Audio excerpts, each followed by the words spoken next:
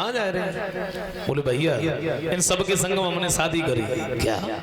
बोले गिन ले तो कितनी है? जवाब तो ज्यादा धोरू 16,000 108 ही तो है। सुदामा ने सोची हम तो एक ही मैं भीख मांगा था, ये भगवान न जाने जन कैसे खवा ले। तो फिर एक दूसरी बात दिमाग में आई, ज्यादा ना अगर थोड़ो थोड़ो तो हमारी गरीबी दूर करी।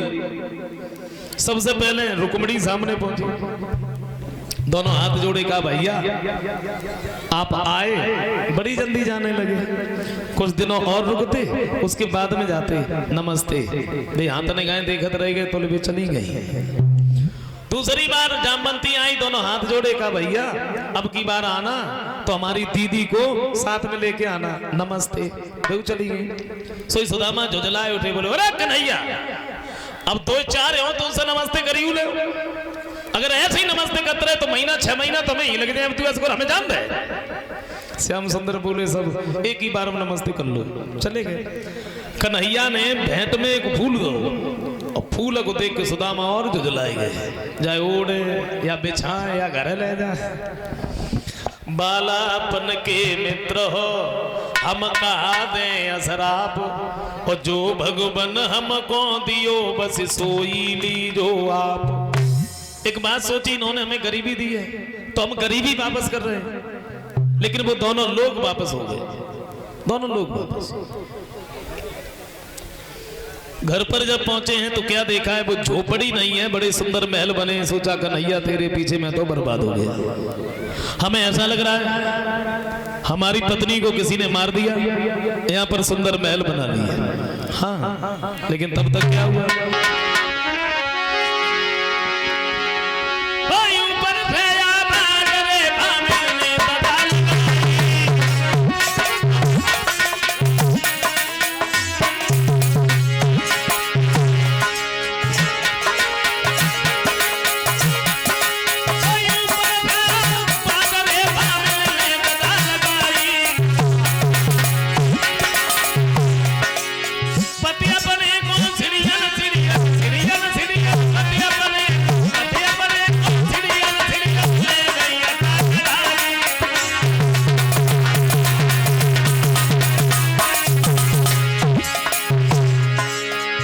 सारी बात बताई है।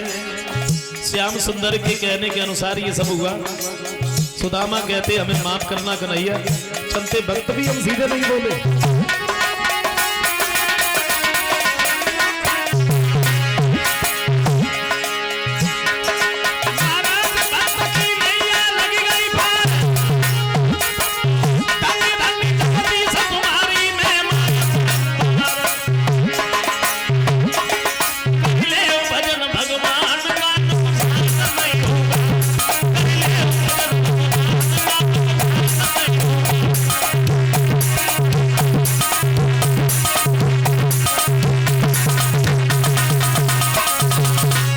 सुदामा की गरीबी दूर होती है, बड़े आनंद से रहने लगे। उधर बताया कथा का जहां 7वां दिन था, महाराज परीक्षित को ये ज्ञान हो गया कि आत्मा तो अजर अमर है, आत्मा नहीं मरती। अगर तक्षक ने डस लिया तो ये मेरा शरीर नष्ट होगा।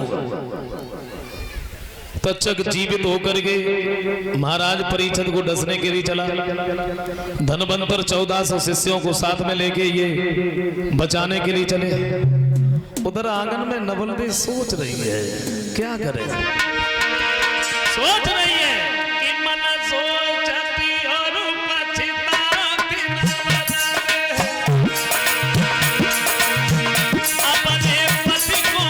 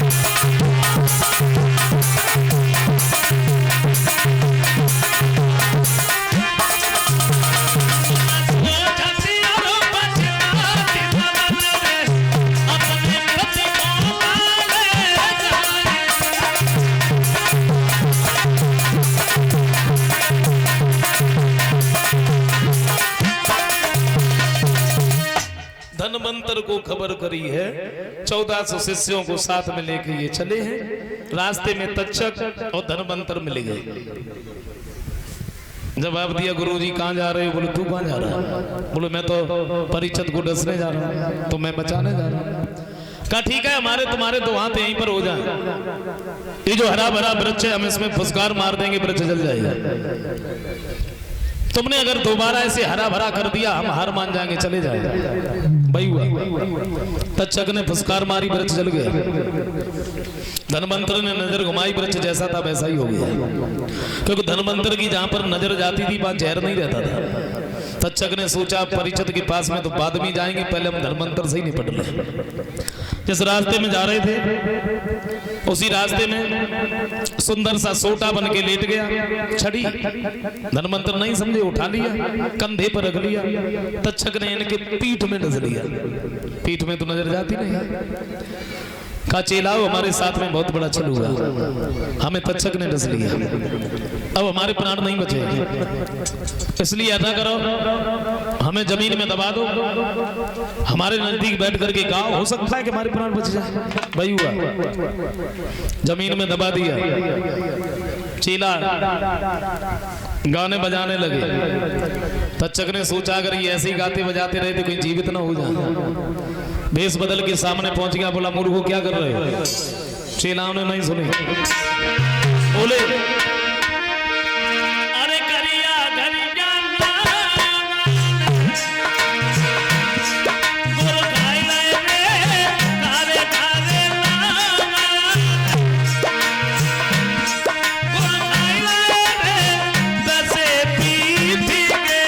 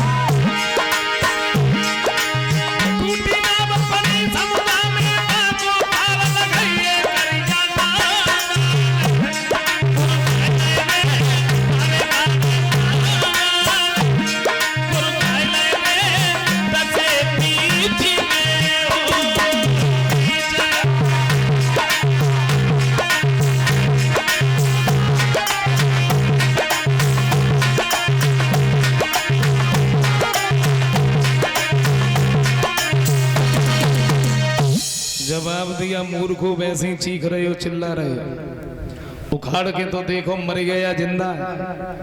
भोले भाले चेला नहीं समझे, उखाड़ लिया। कहा मूर्खों ये तुमने क्या किया? अब हमारे प्राण नहीं बचेंगे, इसलिए तुम ऐसा करो मेरे मांस को काट करके हड्डियों में रांध करके खा लो, और जब तुम मेरे मांस को खाओगे तो एक नहीं दो नहीं बल्कि 1400 चेला मेरे समान बन जाओगे। भाई हुआ, गुरु के मांस को काट करके हड्डियों में रंधने के लिए रख दिया। तक्षक ने सोचा अभी तो एक ही धनवंतर के मारे दुखी थे, अब 1400 होने जा रहे हैं। भेष बदल करके सामने पहुंच गया। कहा मूर्खों क्या कर रहे हो? गुरु के मांस को किसी ने खाया जो तुम ही खा रहे? सारी हड्डियां गंगा जी में भगवा दी, सब हड्डियां डूब गई।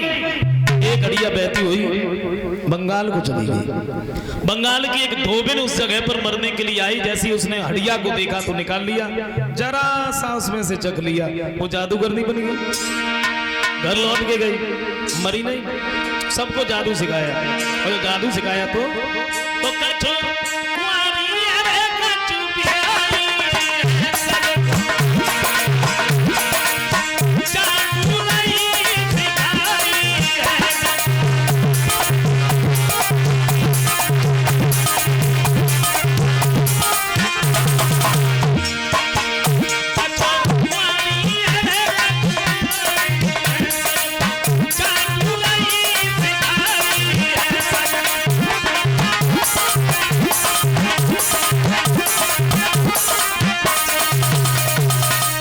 इस तरीके से अपने उत्तर प्रदेश से जादू बंगाल में चला गया। तक्षक जो था ये फूल बन करके डाली में लग गया। माली जब तोड़ करके लाया, महाराज परिचंद्र में फूल अपने नाक से लगाया, तक्षक ने इनकी नाक में डस लिया। मान आता है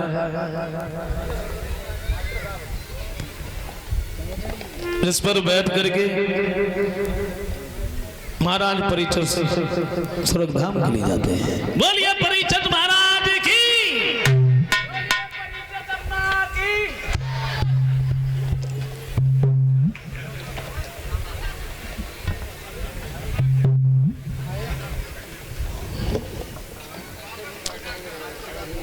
कथा तो आपकी यहीं पर विराम होती है, लेकिन सबसे पहले हम अपने बुजुर्गों से, भाइयों से, माताओं बहनों से ये कहेंगे, माफ करें, देखो मैं कोई इतना बड़ा कलाकार तो नहीं हूँ, फिर भी आप लोग अपने निजी कार्यों को विराम दे करके यहाँ कड़ी जमीन पर बैठ करके हमारे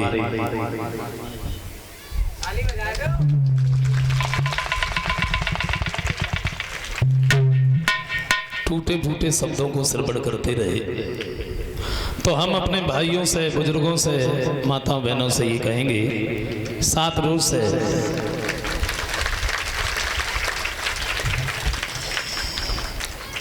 हमसे या हमारे साथियों से जो भी भूल बनी हो, अपने से छोटा समझ करके हमें माफ कर दें। और माफ करें, देखो जंदी भी है, जंदी इसलिए है क्योंकि आज कथा शुरुआत है कासगंज से आगे। खैर हमें तो नहीं जाना है, लेकिन इन लोगों को जाना है।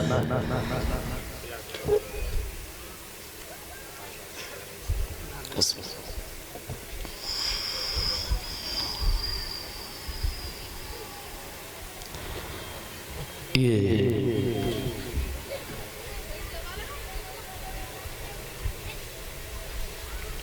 हमारे पास में जो हार 101 रुपये और मुकुट पहना करके जो सम्मान करते हैं, अनिल यादव, गांव दुंदी नगला, थाना हजरतपुर, डिस्ट्रिक्ट बदायूं। और खुशी की बात यह है,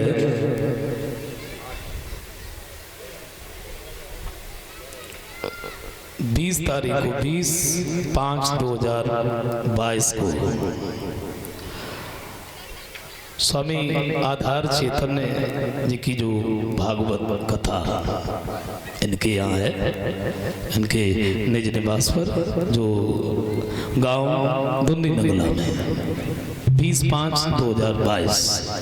बड़ी अच्छी बात है, बाबा जी की कथा है, बड़े प्यार से सब लोग सुनो।